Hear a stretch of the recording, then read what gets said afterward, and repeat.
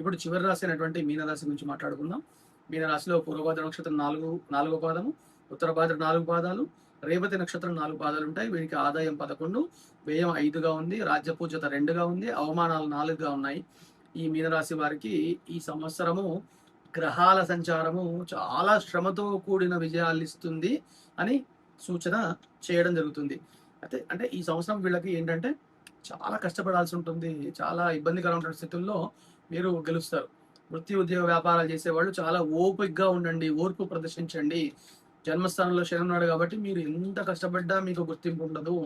తోటి ఉద్యోగుల వల్ల లేదా పక్క వాళ్ళతో సమస్యలు వచ్చే అవకాశాలు ఉంటాయి. కానీ మీరు ఏ రకంగా భయపడకండి. ఎందుకంటే మీకు గురు బలము జూన్ 2వ తారీఖు తర్వాత పెరుగుతుంది. కాబట్టి అనుకూలమైనటువంటి మార్పులు గురువు తీసుకొస్తాడు. ఎందుకంటే శని, గురువులు మిత్రులుగా ఉంటారు కాబట్టి మీకు లాభం చేకూరే అవకాశాలు ఉంటాయి.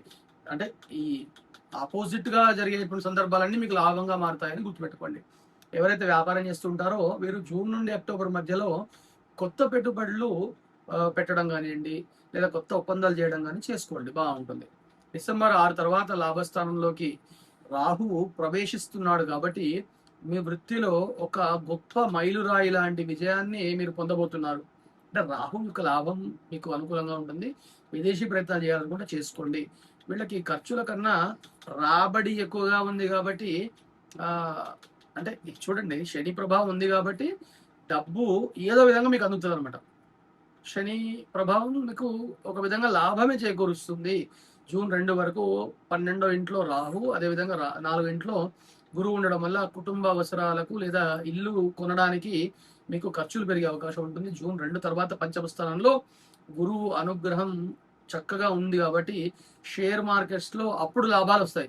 స్థిరాస్తి ద్వారా కూడా లాభాలు వచ్చే అవకాశాలు ఉంటాయి. ఏదైనా ఇప్పటికే మీరు అప్పులు ఇచ్చి ఉంటే డిసెంబర్ తర్వాత మీకు వసూలు అయ్యే అవకాశం ఉంటుంది.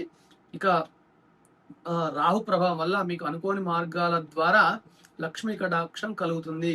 అది రాహు యొక్క గొప్పదనం, ఆకస్మికంగా వచ్చేటువంటి లాభాలను ఇస్తుంటుంది.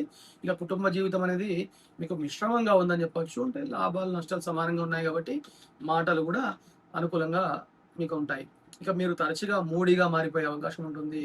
చిన్న విషయాలకు చిరాకుపడతారు ఈ సంవత్సరం అంతా కూడా. కుటుంబంలో మీ వల్లనే, అంటే ఎవరైతే మీనరాశి వాళ్ళు ఉన్నారో వాళ్ళ వల్లనే ఒక ఆర్గ్యుమెంట్ అనేది మొదలవుతుంది. కాబట్టి మీరు ప్రశాంతంగా ఉండండి, అన్ని సర్దుమరుగుతాయి. ఇక అది కాకుండా గురువు యొక్క ప్రభావం వల్ల మీ ఇంట్లో చివరిలో, ఈ సంవత్సరం చివరిలో ఏదైతే ఎదురు చూస్తున్నటువంటి శుభకార్యాలు నెరవేరే అవకాశం ఉంటుంది. సంతానం కోసము ఎదురు చూస్తున్నటువంటి దంపతులు ఎవరైతే ఉంటారో వాళ్ళకి డిసెంబర్ 5 తర్వాత శుభవార్త వింటారు. ఇక కేతు అప్పుడు పంచమ స్థానంలోకి మారుతారు కాబట్టి గర్భవతులు ఎవరైతే ఉంటారో అప్పుడు కొద్దిగా దృష్టి పెట్టండి. కొద్దిగా ఆరోగ్యపరంగా గర్భవతులు ఎవరున్నా కూడా వాళ్ళ గర్భానికి సంబంధించినటువంటి దానిలో కొద్దిగా జాగ్రత్తగా ఉండండి అంతే. ఇక ఆరోగ్యపరంగా నేను చెప్పాను కదా, ఎట్లాంటి రాజీ పడకండి. ఎముకలకు సంబంధించిన సమస్యలు, రూమటాయిడ్ ఆర్థరైటిస్ అట్లాంటివి వచ్చే అవకాశాలు ఎక్కువగా ఉన్నాయి. దాంతోపాటు ఏప్రిల్ 2 నుండి మే 11 వరకు జన్మరాశిలో కుజుడి యొక్క సంచారం అవుతుంది కాబట్టి అగ్ని ప్రమాదాలు జరిగే అవకాశాలు లేదా ఎలక్ట్రికల్ షాక్స్ వచ్చే అవకాశాలు ఉంటాయి. మీ విలువైన వస్తువులు పాడైతాయి. అంటే ఈ ఓవర్ వోల్టేజ్ వల్ల టీవీలు పాడైతాయి కదా, అట్లా జరిగే అవకాశాలు ఉంటాయి. నిద్రలేమితనం ఉంటుంది. ప్రతిరోజు కూడా మర్చిపోకుండా వ్యాయామం చేయండి. వాకింగ్ అనేది మీ జీవితానికి ఒక అలవాటుగా పెట్టేసుకోండి. దీనివల్ల మీ మానసిక ఒత్తిడి అనేది చాలా వరకు దూరం అవుతుంది. ఈ సంవత్సరము వీళ్ళకి ఎదురయ్యేటువంటి అనారోగ్య సమస్యలు కానివ్వండి, ఆర్థిక సమస్యలు కానివ్వండి, ఇక ఇతరత్ర సమస్యలు ఏవైతే ఉన్నాయో అవి తొలగింపజేసుకోవడానికి నేను కొన్ని రెమెడీస్ చెప్తాను, పాటించడం సరిపోతుంది. ఏళ్ళనాడు శని మీకు జన్మ శనిలో ఉంది కాబట్టి మీకు ఇదివరకు ఇచ్చినటువంటి సూచన మళ్ళీ ఇస్తున్నాను. దశరథ కృత శని స్తోత్రం ఉంటుంది. దశరథుడు చదివినటువంటి శని భగవానుడు స్తోత్రం ఉంటుంది, అది రోజు చదవండి. అది కాకుండా ప్రతి రోజు కూడా శని దేవాలయం అంటే నవగ్రహాల దగ్గరికి వెళ్ళండి, ప్రదక్షిణ చేసుకోండి. ఎక్కువగా నవగ్రహ ప్రదక్షిణ చేయడం లాభం చేస్తూ ఉంటుంది.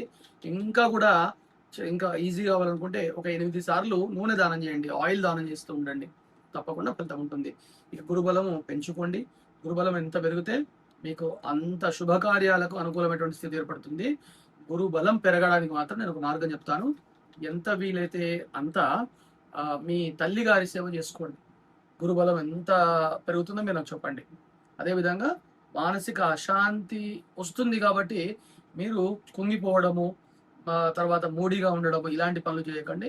వీలైనంత వరకు మీ సహజ సిద్ధంగా ఉండేటువంటి జోవియల్‌నెస్ ఉంది కదా! నవ్వుకుంటూ, ఆనందంగా తుల్లుకుంటూ వెళ్తారు కదా! అలా ముందరికి వెళ్ళిపోండి. మంచి ఫలితాలు తీసుకుంటారు.